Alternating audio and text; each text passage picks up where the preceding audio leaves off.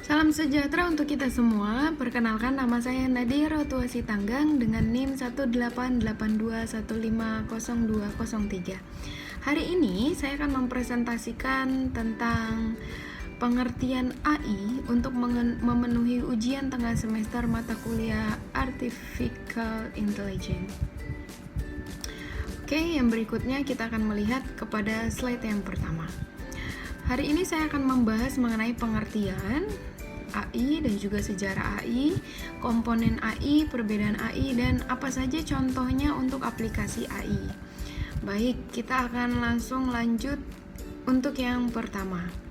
Apa itu AI? Oke, jadi teman-teman, AI adalah kecerdasan buatan, sebuah studi tentang bagaimana membuat komputer mengerjakan sesuatu yang dapat dikerjakan manusia. Nah, pengertian ini menurut Rich yaitu di tahun 1991.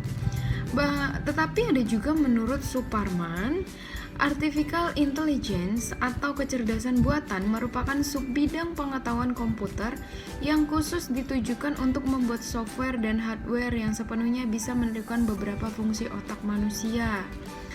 Wow, lalu yang berikutnya, salah satu bagian ilmu komputer yang membuat agar mesin komputer dapat melakukan pekerjaan seperti dan sebaik yang dilakukan oleh manusia.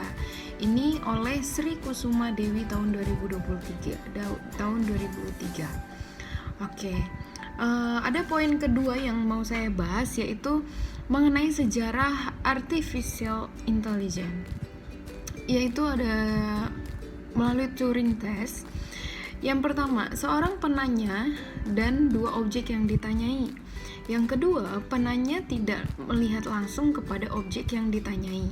Yang ketiga, penanya diminta untuk membedakan jawaban komputer atau jawaban manusia berdasarkan jawaban kedua objek tersebut. Lalu yang terakhir adalah jika tidak dapat membedakan berarti disebut dengan cerdas. Nah, di sini ada gambar komponen AI pada sebuah komputer. Jadi ada output, jawaban, solusi,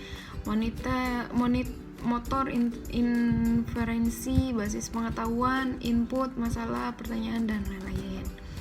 Komponen AI. Untuk membangun aplikasi kecerdasan buatan atau AI, teman-teman, ada dua bagian utama yang sangat dibutuhkan. Yang pertama yaitu basis pengetahuan atau knowledge base, berisi fakta-fakta, teori pemikiran dan hubungan antara satu dengan lainnya.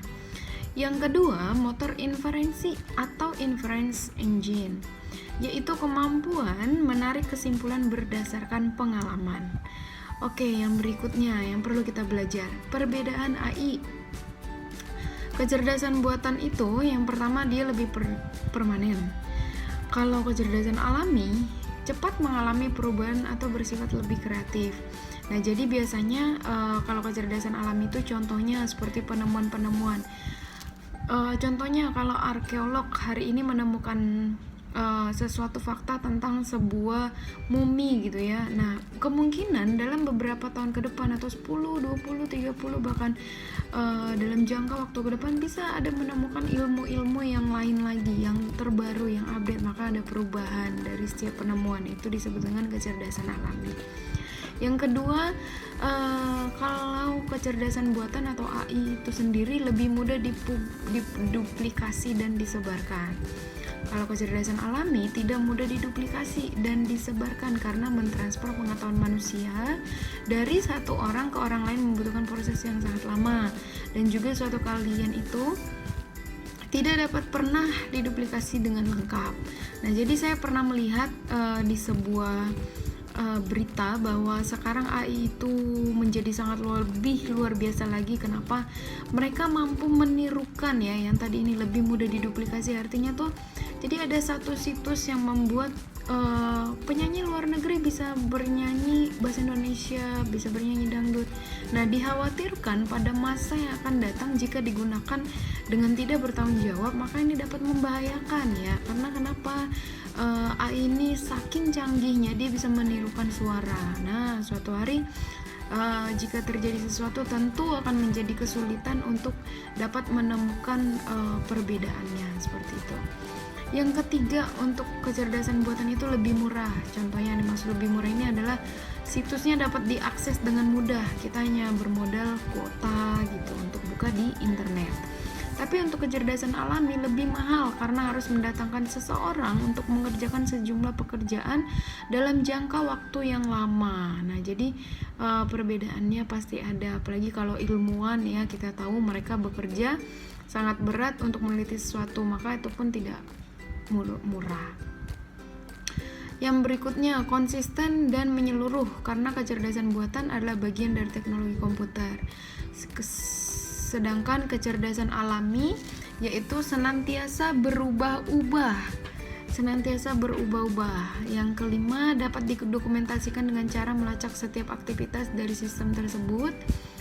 Sedangkan kecerdasan alami sangat sulit untuk direproduksi. Yang keenam, dapat mengeksekusi tugas tertentu lebih cepat, jadi kerjanya lebih cepat ya. Untuk kecerdasan alami lebih lama dalam mengeksekusi tugas tertentu, yaitu tadi butuh waktu dan butuh proses. Yang ketujuh, dapat menjalankan tugas tertentu lebih baik daripada banyak atau kebanyakan orang. Yang ketujuh, kecerdasan alami memiliki kelemahan dalam menjalankan tugas tertentu. Jadi ada plus minusnya ya teman-teman.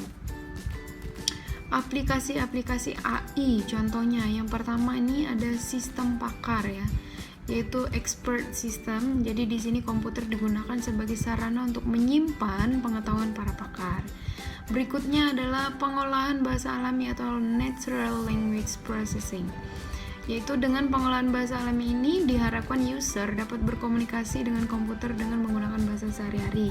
Yang ketiga, pengenalan ucapan atau speech recognition, yaitu melalui pengenalan ucapan diharapkan manusia dapat berkomunikasi dengan komputer dengan menggunakan suara. Yang keempat, robotika dan sistem sensor atau robotics and sensory system. Yang kelima, computer vision, mencoba untuk dapat menginterpretasikan gambar atau objek-objek tampak melalui komputer. Yang keenam, intelligent computer aided instruction atau komputer dapat digunakan sebagai tutor yang dapat melatih dan mengajar. Yang ketujuh, game playing. Oke, jadi dari presentasi yang saya sampaikan ini adalah bagaimana kita perlu mengenal bahwa kita juga perlu menyesuaikan dengan teknologi yang sudah ada, yaitu perkembangan zaman, bahwa AI ini begitu bergerak sangat cepat. Maka diharapkan semoga dapat bermanfaat bagi kita semua, tapi juga kita harus ingat bahwa kita harus melakukan yang terbaik dan bertanggung jawab, karena ketika AI sangat berkembang tapi tidak diimbangi dengan manusia yang bertanggung jawab, maka akan menimbulkan kerugian ya. Jadi mungkin cukup sekian presentasi saya. Salam sejahtera untuk kita semua. Terima kasih atas waktunya.